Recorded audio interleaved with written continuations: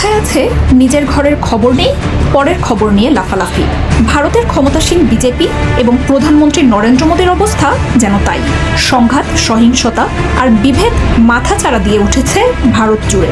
Seven sisters নিয়ে নতুন করে ঝামেলা শুরু হয়েছে। অর্থনৈতিক বেকারত্ব সহ নানা ধরনের সমস্যায় আক্রান্ত দেশটি। অথচ নরেন্দ্র মোদীর যেন এদিকে কোনো খেয়ালই নেই।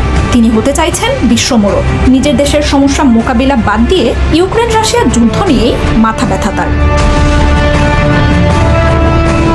জম্মু কাশ্মীর নিয়ে পাকিস্তানের সাথে আগে থেকেই বিরোধ চলছে। এর মধ্যেই সেভেন সিস্টার্সের অরুণাচল প্রদেশে চীনা সেনাদের ভারতীয় ভূখণ্ড দখলের খবরে হইচই পড়ে গেছে। পশ্চিমবঙ্গে আরজিকর কাণ্ড রাজনৈতিক বিরোধে রূপ নিয়েছে, যা নিয়ে তৃণমূল কংগ্রেসের সাথে চূড়ান্ত উত্তেজনা চলছে শাসক দল বিজেপির। এই পরিস্থিতিতে দেশটির মণিপুর অঙ্গরাজ্যে শুরু হয়েছে নজিরবিহীন সংঘাত।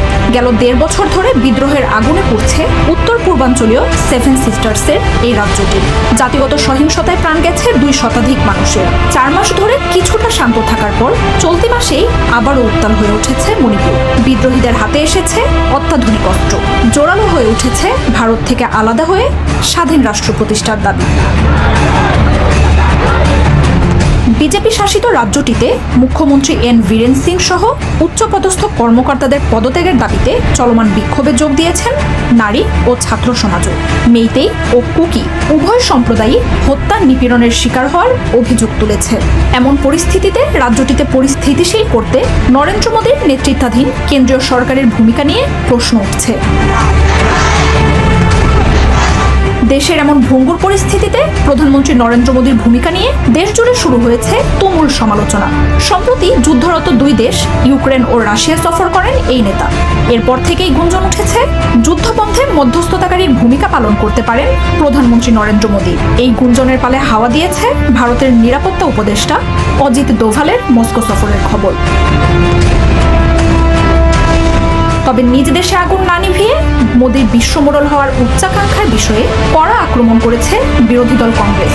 দলটির নেতা প্রিয়াঙ্কা গান্ধী বলছেন, বিশ্বের আরেক প্রান্তে থাকা ২টি দেশ ভ্রমণ করতে পারলেও ১.৫ বছরে একদিনও মণিপুরে যেতে পারেননি নরেন্দ্র মোদী। বিজেপির এই নেতা নাকি মণিপুরকে ভারতের অংশ বলেই মনে করছেন না বলেও অভিযোগ করেন তিনি। সীমান্ত রাজ্যটি নিয়ে মোদীর এমন উদাসীনতা ক্ষমার অযোগ্য বলেও জানান প্রিয়াঙ্কা। দেশের শান্তির চেয়ে আন্তর্জাতিক বিষয়কে কিভাবে মোদী বেশি অগ্রাধিকার দিচ্ছেন তা নিয়েও প্রশ্ন তোলেন প্রিয়াঙ্কা। বিদ্রোহীদের হাতে আসা ক্ষেপণাস্ত্র, ড্রোনের মতো অত্যাধুনিক অস্ত্র উদাহরণ দিয়ে কংগ্রেস বলছে মণিপুরের নিয়ন্ত্রণ নিতে ব্যর্থ হয়েছে কেন্দ্র সরকার। নরেন্দ্র মোদী ও স্বরাষ্ট্রমন্ত্রী অমিত শাহের ভুলের খেসারত দিতে হচ্ছে সাধারণ জনগণকে, অভিযোগ করছে কংগ্রেস।